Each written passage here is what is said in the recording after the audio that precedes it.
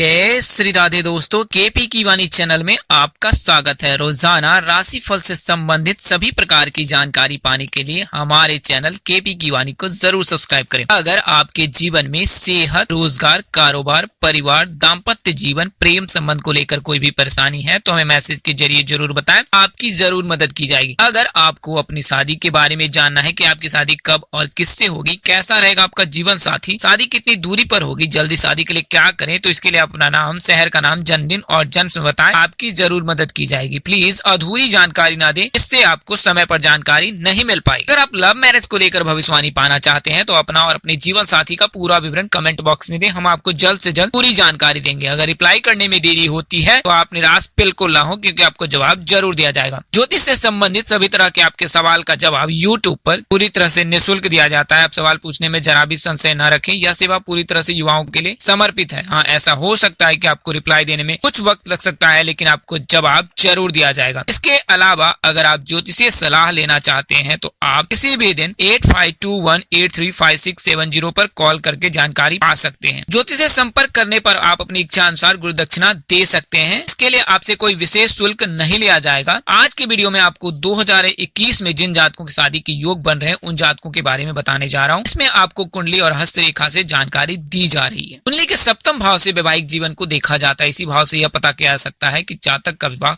कब होगा।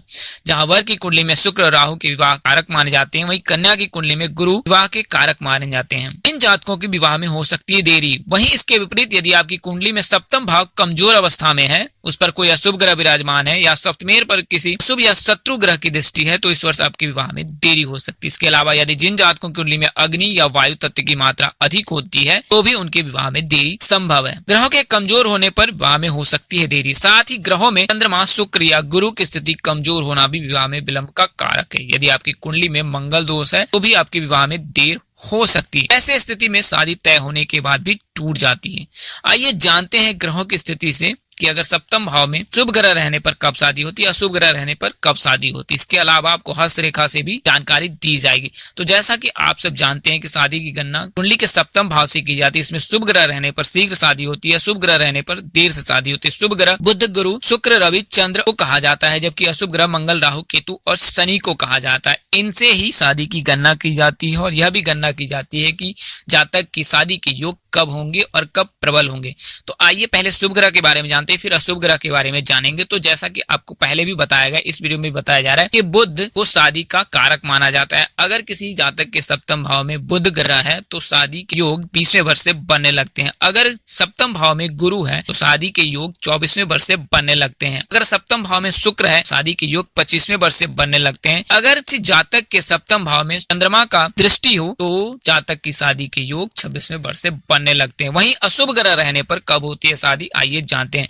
तो जैसा कि आप जानते हैं कि मांगलिक होने पर शादी में बहुत देरी होती है। अगर मंगल अथवा मांगलिक प्रबल हो तो शादी 28 के बाद ही होती है। अगर आंशिक हो तो 28 वर्ष से पहले होती है। अगर सातवें घर में चंद्र हो और मंगल सूर्य की नजर हो तो शादी 26 साल की उम्र में होने का योग होता है। अगर सातवें घर में मंगल और शनि की भी नजर हो तो शादी 30 साल या उसके बाद होती है। अगर सातवें घर में राहु हो तो 27 वर्ष की उम्र में काफी विघ्नों के बाद शादी संपन्न होती है। अगर सातवें घर में राहु हो और केतु का भी दृष्टि हो तो 27 वर्ष की उम्र के बाद ही शादी के योग बनते हैं। अगर सातवें घर में शनि हो तो शादी के योग 30 वर्ष या उसके बाद ही होती है। उससे पहले शादी की संभावना बिल्कुल ही कम होती है।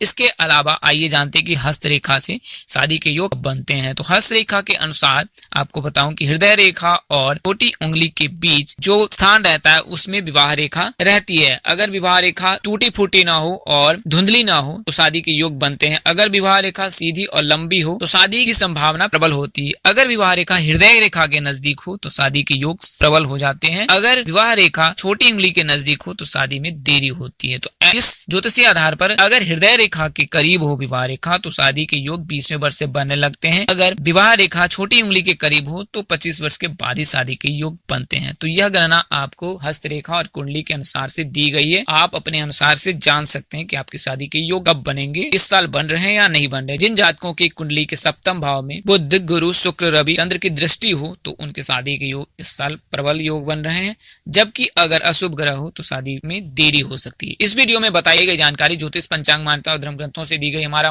उद्देश्य महज आपको सूचना पहुंचाना है, आप इसे सूचना हेतु ही लें। अगर इसके अतिरिक्त आप मानते, अपनाते हैं अथवा उपयोग करते हैं तो आप अपने नजदीक के किसी प्रकांड पंडित अथवा ज्योतिष से जरूर संपर्क करें। इसके लिए आप केपी की वाणी से भी संपर्क कर सकते हैं। इसके लिए आपको गुरु दक्षिणा लिया जा सकता है। दोस्तों, ज्योतिष गणना के आधार पर आपको यह जानकारी दी गई थी, इसमें बदलाव संभव है। इस तरह के अन्य वीडियो देखने के लिए हमारे चैनल के डैशबोर्ड अथवा प्लेलिस्ट पर जाएं और अपनी राशि अनुसार वीडियो जरूर देखें। तो दोस्तों, आपको यह जानकारी कैसी लगी, लाइक, कमेंट और शेयर कर हमें जरूर बताएं। अगर आप मेरे चैनल पर नए हैं तो चैनल को सब्सक्राइब करें, साथ ही बेल आइकन को प्रेस करना ना भूलें। माता रानी की कृपा से आपके चेहरे पर हमेशा मुस्कान बनी रहे। आप सब परिवार स्वस्थ एवं सुखी रहे। आप सभी के प्यार और स्नेह के लिए आप सबको हृदय से धन्यवाद करता हूँ। आप लोग इसी तरह हमारे साथ जुड़े रहे। इन्हीं शुभकामनाओं के साथ आपसे विदा लेता हूँ कि जल्द एक नई वीडियो और एक नई जानकारी लेकर आपके समक्ष हाजिर रहूंगा। तब तक के लिए मुझे इजाजत दे। आप जहां रहे मस्त रहे, स्वस्थ रहे, व्यस्त रहे। माता रानी कृपा आप पर बनी रहे। माता रानी आपको ढेर सारी खुशियां दे और सुंदर सी दुनिया दे। इन्हीं शुभकामनाओं के साथ आपसे विदा लेता हूँ। नमस्कार, जय श्री राधे दोस्तों, जय श्री कृष्ण, जय माता दी।